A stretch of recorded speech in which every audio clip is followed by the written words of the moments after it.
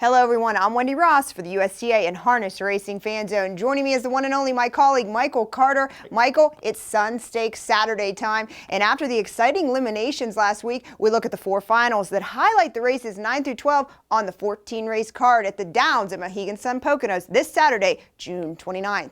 We kick it off with the fillies in the James M. Lynch Memorial Pace. For me, Michael, it's all about Warwi Ubute and Yannick Gingras. Bounced back from a second-place effort in Canada off a rough trip last week, finished strong for Gingras, draws the rail in the final, and I believe it'll allow her to take control early.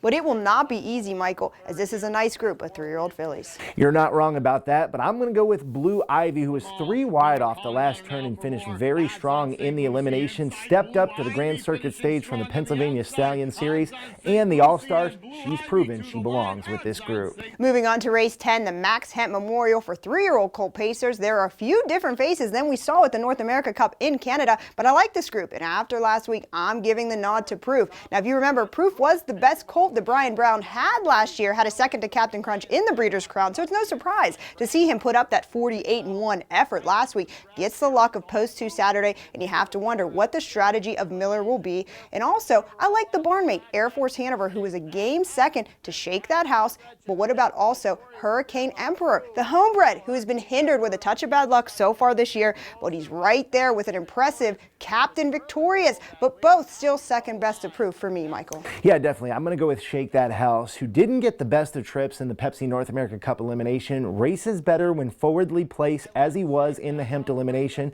He draws post 7 for the final with a lot of speed to his inside. That makes me question him just a little bit. Captain Victorious is another horse I like, and I've liked him since the Pepsi North America Cup elimination. We all saw that big closing kick that he had. He improved greatly in his Hempt elimination, has some early speed, and is as versatile as they come, and gets a good post draw.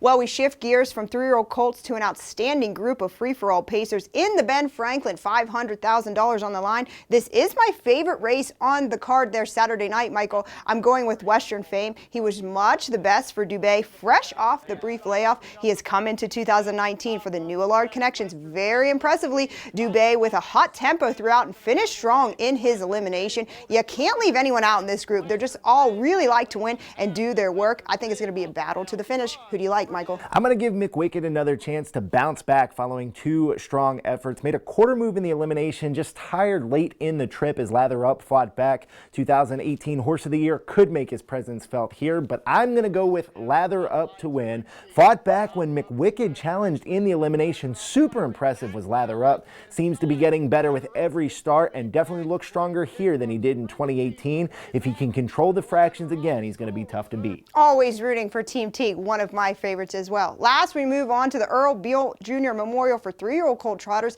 It's no secret that the Melander stable is taking the trotting world by storm, and both of his colts, Green Shoe and Green Manalishi, both impressive winners in their eliminations. I like them both, but I'm going with Green Shoe and Sears. What a nice job by Melander for bringing his hot colt back and having him more sensible at 3, Michael. Okay. Brian, the perfect fit with the patience he brings when sitting behind these young trotters, gets that inside draw, but I still see Brian settling in and then making his move, Michael. It'll be a sprint to the wire for sure in this group. Yeah, it's definitely a competitive group of three-year-old trotters, as Green Manalishi, who put in a big effort in the elimination, considering he's been off since the Breeders' Crown. That was a really big effort. Draws the rail in the finals, a versatile colt who can rate from just about anywhere, and is obviously one of 2 chances for trainer Marcus Melander.